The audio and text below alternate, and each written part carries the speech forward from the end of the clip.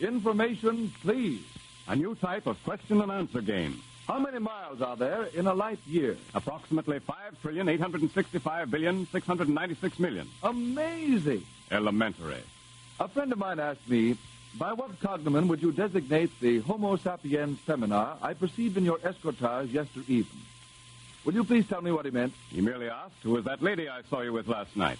Amazing. Elementary.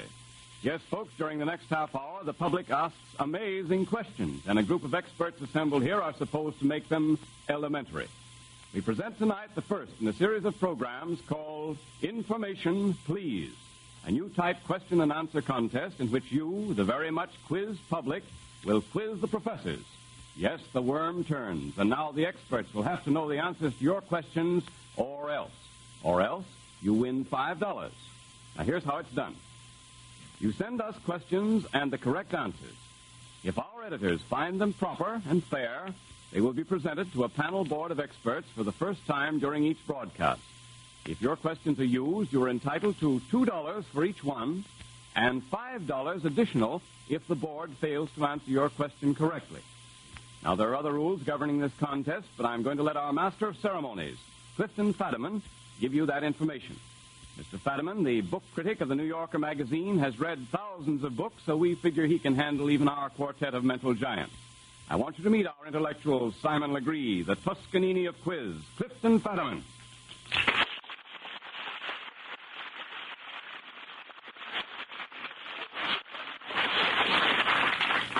Thank you. Good evening, everybody. Before I give you any more details regarding the rules of Information, Please, let me tell you about the board of experts for tonight's broadcast. They face me. First, Bernard Jaffe, head of the Physical Science Department of Bushwick High School. Mr. Jaffe is author of a number of books of popular science, including Crucibles, Outposts of Science, which are two of the best known. Next, we have Mr. Marcus Dufield, day news editor of the Herald Tribune, and the last word on current events, politics, history, and so forth. You have several questions about and so forth from Mr. Dufield this evening. Third, we have Dr. Harry Overstreet, a genuine dyed-in-the-wool professor of philosophy at the College of the City of New York, and author of a great many books. Influencing Human Behavior is one that you may remember. And finally, we have Franklin P. Adams, known to millions, I wouldn't be exaggerating if I said thousands, as FPA, creator of the famous humorous column, The Conning Tower, which will shortly appear regularly in the New York Evening Post. Mr. Adams is an unbeatable authority on popular songs and batting averages. He admits it himself. Here they sit, these four towering intellects. On their faces is a look of confidence, which I believe to be entirely false. Now, folks, any education that you and I may pick up for the next half hour or so is all to the good. But beyond that, we're out simply to play this as a game and have some fun at it. Now about the board's part in this contest. We guarantee absolutely, and we mean absolutely, that the questions will be shot at them now for the first time without any previous warning. These questions will be addressed to the entire board. Any member wishing to answer them may raise his hand and do so, or try to do so. If any member undertakes to answer a question, he must stand on his own. Other members of the board may not offer any assistance unless I ask for help. Now about the $5. The $5 penalty for an expert's failure to answer a question completely will be paid out from a kitty of $100 set up for each broadcast. And to make sure that the board works hard on each question, it's understood that what is left of the $100 kitty, if any, after penalties are paid, goes to the board for refreshments, such as a fine, cool glass of milk and a cookie. When you hear that cash register sound, let me hear that again. It sounds very good. That means $5 is actually being paid out to the lucky questioner, if he's here. Or it will be sent to him if he isn't. Now, there are a number of people here in the studio waiting to address that question to the board. There are some questions we've received from out-of-town listeners, and these will be presented to the board by your master of ceremonies. And now, ladies and gentlemen, we are ready for the first question. All set, Mr. Jaffe, Mr. Dufield, Dr. Overstreet, Mr. Adams. Here she comes. Morty Bauman of New York City will put the first question. Mr. Bauman. The following women are important figures in the present administration. Miss Frances Perkins, Mrs. Nellie Ross, and Mrs. J. Borden Harriman. Can you give the positions occupied by at least two of these women? Well, just to be on the safe side, you see, we're starting off with a tribute to the ladies. I'll repeat that question to Mr. Bauman. The following women are important figures in the present administration. Miss Frances Perkins, Mrs. Nellie Ross, and Mrs. J. Borden Harriman. Can you name the positions occupied by at least two of them? Mr. Dufield's hand is up at once. Mr. Duffield. I believe I can, Mr. Fadiman. Yes. Mrs. Nellie Taylor Ross is director of the Mint. Madam Perkins is Secretary of Labor. And Mrs. J. Borden Harriman is chairman of the Women's Committee of the Democratic Party. Chairman of the Women's Committee of the Democratic Party, and there's a new one on me. I have her listed here as Minister to Norway. We'd better make up our mind. Uh-oh. I think she is Minister to Norway, and unless there's some evidence to the contrary, we'll have to ring up $5, which goes to Mr. Morty Bauman of New York City. Answer 2 out of 3. Correct. 2 out of 3 allows us to keep the $5 for that glass of milk, Mr. Duffield.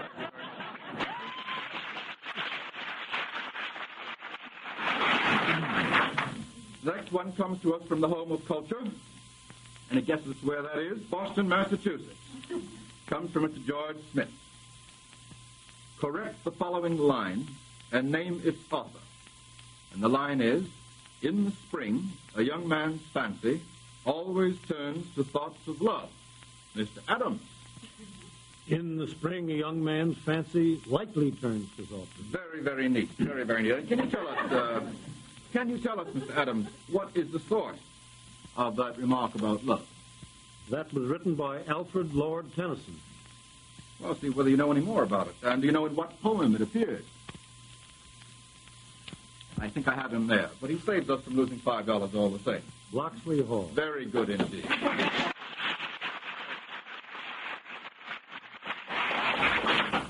Sounds very much like a put-up job, but I assure you it's quite honest. Anyone looking at Mr. Adams' face will know that he's quite honest.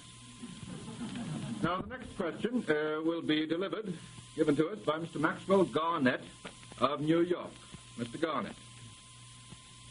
Why would it never be necessary for the man in the moon, if married to a chatterbox, to tell her to shut up? That's a puzzler. I'm going to repeat it, see whether I understand it myself. Why would it never be necessary for the man in the moon, if married to a chatterbox, to tell her to shut up? Well, that happens to be an easy one. Oh, Mr. Jaffe, the scientist.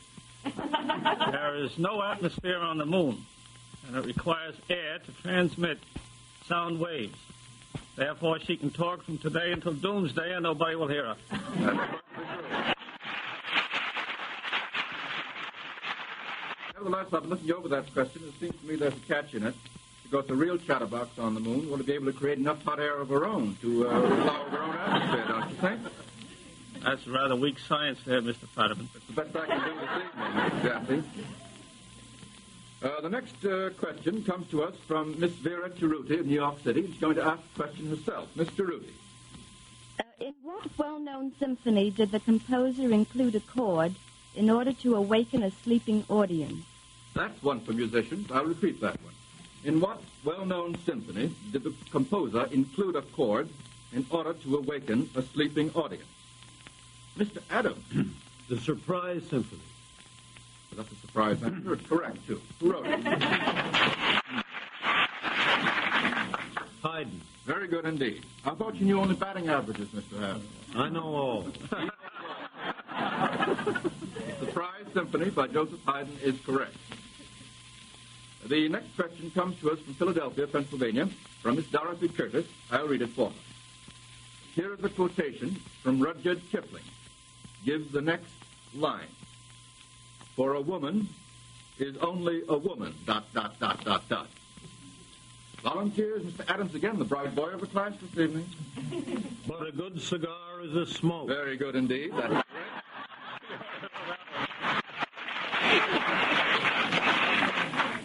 You've been so clever on Locksley Hall, I'm going to ask you what poem that comes from, Mr. Adams. We've won the $5 so far. Don't worry too much.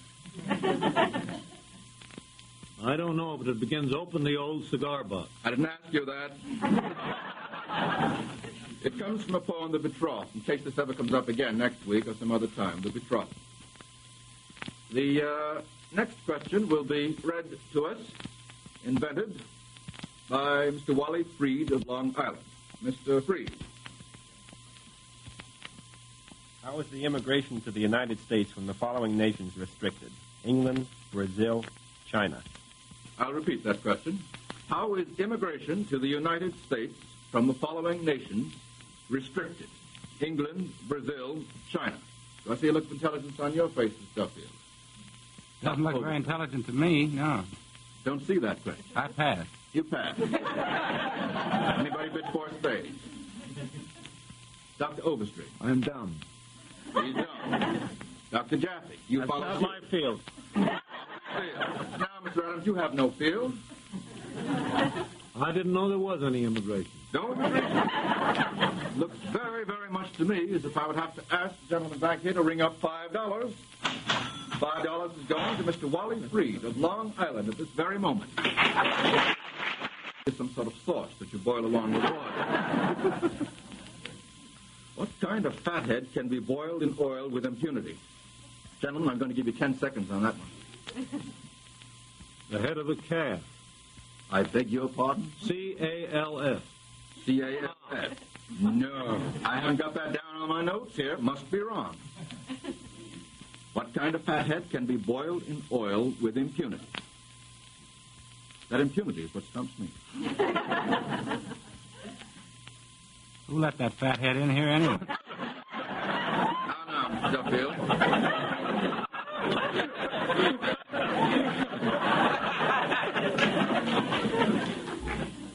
Dr. Jaffe, it seems to me that ought to be in your line. You're a chemist. Are you calling me a fathead? It seems to me that an atmosphere of general insult has already been established. Fathead. In order to pour oil with impunity on the troubled waters, I will now tell you that the kind of fathead that can be boiled in oil, thank you very much, is a fish named fathead to be found off the coast of California. Now,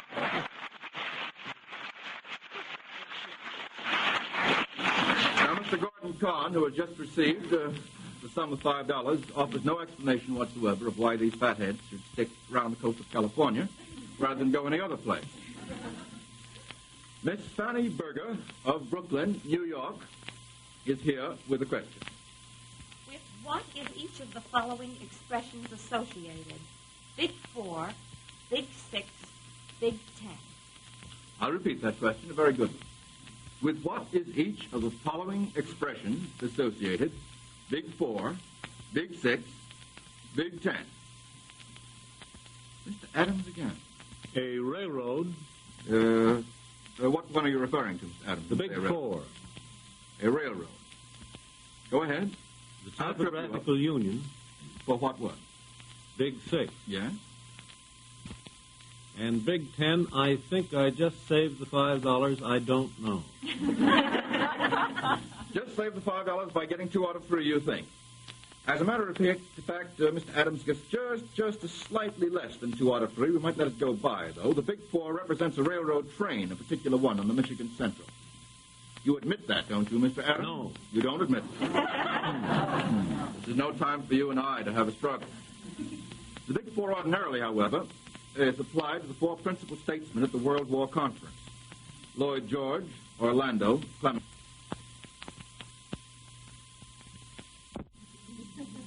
I thought it...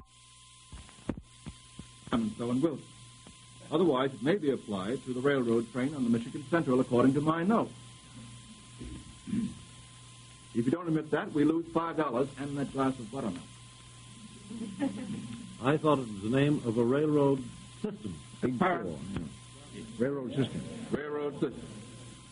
In that case, we'll let it go. And we'll have to adjudicate with Miss Fanny Berger after the hour is over. Miss Fanny Berger, would you settle for $2.50? Now we have had, let me count up, 1, 2, 3, 4, 5, 6, 7, 8 questions.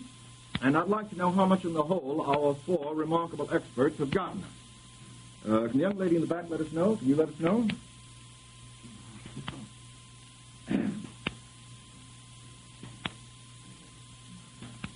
According to this record, Mr. Jaffe, Mr. Dufield, Mr. Adams, and Dr. Overstreet, you have already lost us the sum of $12.50.